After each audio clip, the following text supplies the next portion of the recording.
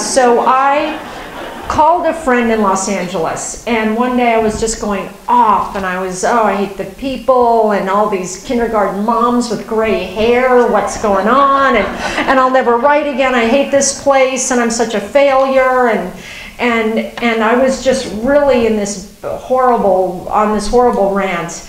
And my friend said, Maria, you are a writer, and writers must write. If you do not write, you will become a menace to society. And the people from the book know that that's a line from the book, where Paul the architect, after the end of this huge long rant that I read parts of you, he says, Bernadette, you're an artist. Artists must create. If you don't create, you will be a menace to society.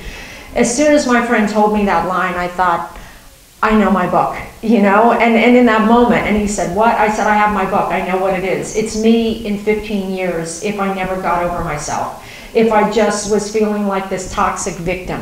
What would my life look like? What would it do to my family? What would I become? And so it just became really easy, and I don't know, people probably know Seattle here, but I live in Belltown, right at the top of 3rd Avenue, right next to the Pacific Science Center. We live in a condo with big windows, and I would, in a lot of my days of just kind of thinking about this book and this character, I would look out the window onto Queen Anne, and there was this, it's the Queen Anne School that's there, and there's like a flat yard, and I thought, oh, that's where my family's going to live. And so I would just sit and look out the window and just kind of stare at this spot, you know, and I kind of placed them there, and I didn't know much about them, you know, but I thought, okay, it's me in 15 years if I didn't write, and what does menace to society look like for a woman who should be doing something that she loves, but can't overcome failure, you know, because to me this is a book about failure, and it's about the inability to overcome failure and what that does to you when you get stuck.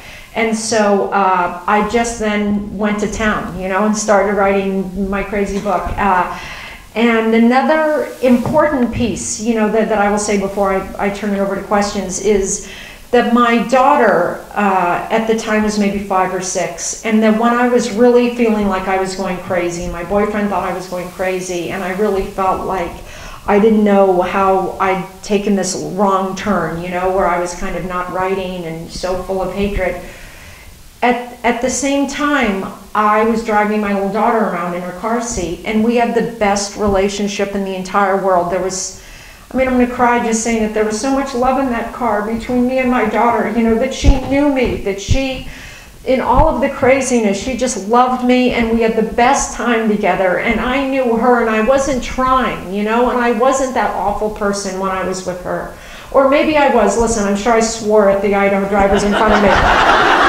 So let's not give myself too much credit here, but you know, so maybe there were a few explosions while this poor child was strapped into the back seat. But generally speaking, there was this ease about us, and she was at the age, and I'm sure a lot of us have kids, where she went from kind of just, it was me taking care of her, to her just having this personality and actually having interesting observations and hearing little stories she was telling. And so when I started writing this book, I thought, I thought, how can I be so crazy and so full of hatred and in such a weak place in my life, and yet be so full of love and feel so loved? And so I was trying to kind of answer that with this book.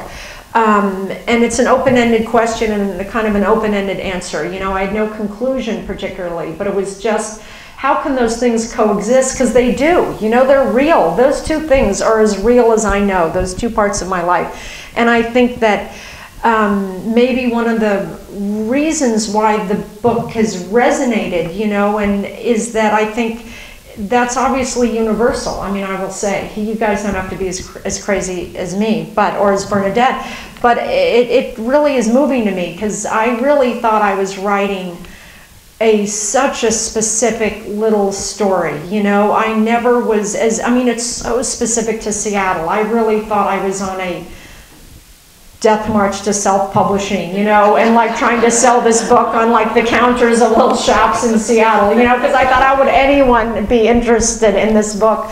But I just had it in me, and the writer in me, and the artist in me, and the, knew that there was something here, that I had so much clarity when I wrote this, you know, and I really have this image of myself, or I wrote the book in 3 months very quickly, and then I rewrote it, but the first draft took 3 months, and I have this image of myself at my computer just going like, hang on a second, I got this, just leave me alone, you know, to everyone in my life, just step back, I swear I'm onto something, you know, just give me some space. And the first draft is very close to what, you do a ton of drafts and a lot of polishing, but essentially it's this book.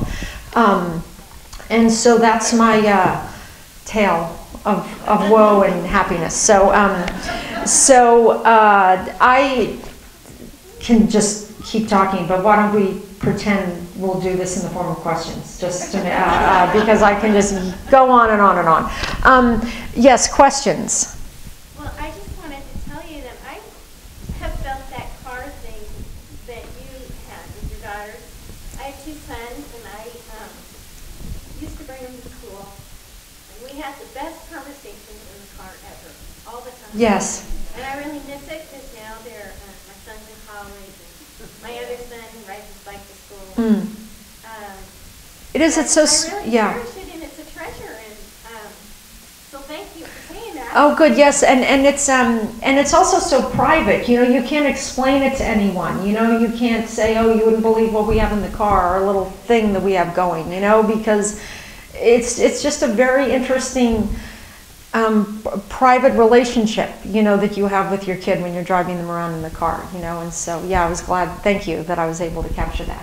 Yes. Hatred at the bottom of your game. How did you turn it into comedy? Yeah. So the question that I'll repeat: am I really this funny?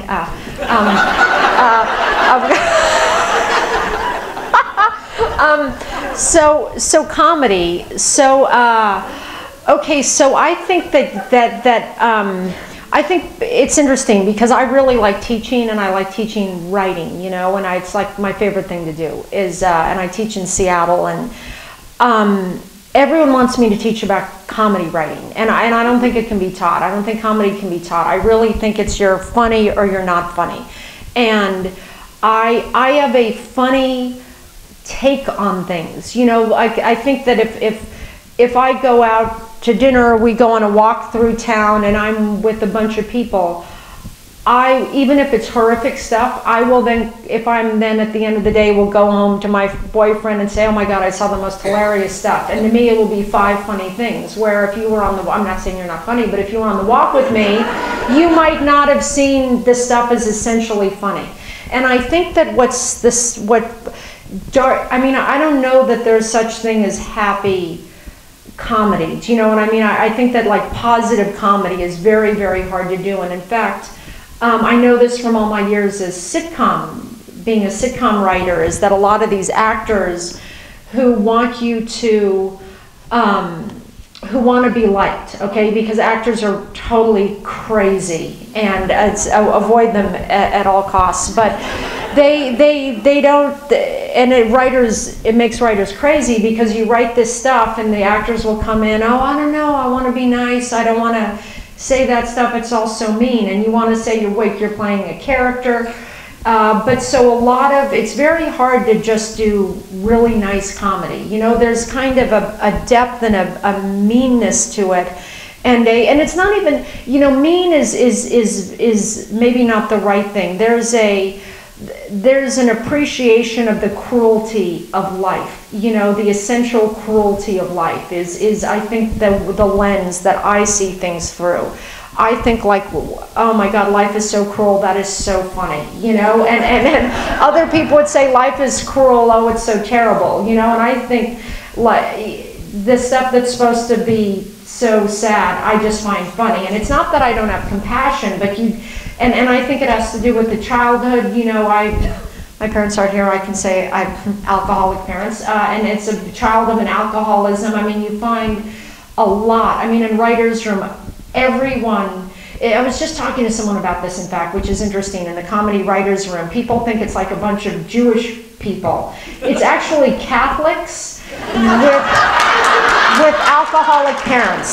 I mean, honestly, you know, you go around, there are a couple of Jewish people, you know, because you think of like the Mel Brooks and that's the kind of, and there is a whole proud tradition, obviously, of Jewish comedians, but the writers' room that I've been in, you know, my boyfriend worked for The Simpsons for 20 years, Catholics, it was all Catholics, and so I think I don't think that's an accident.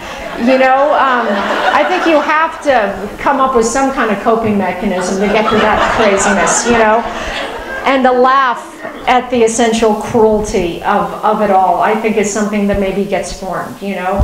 So, I'm really glad everyone's laughing or whatever, because I actually, in a weird way, don't think I'm that funny, just because I know a lot of really, really funny people. I'm not like like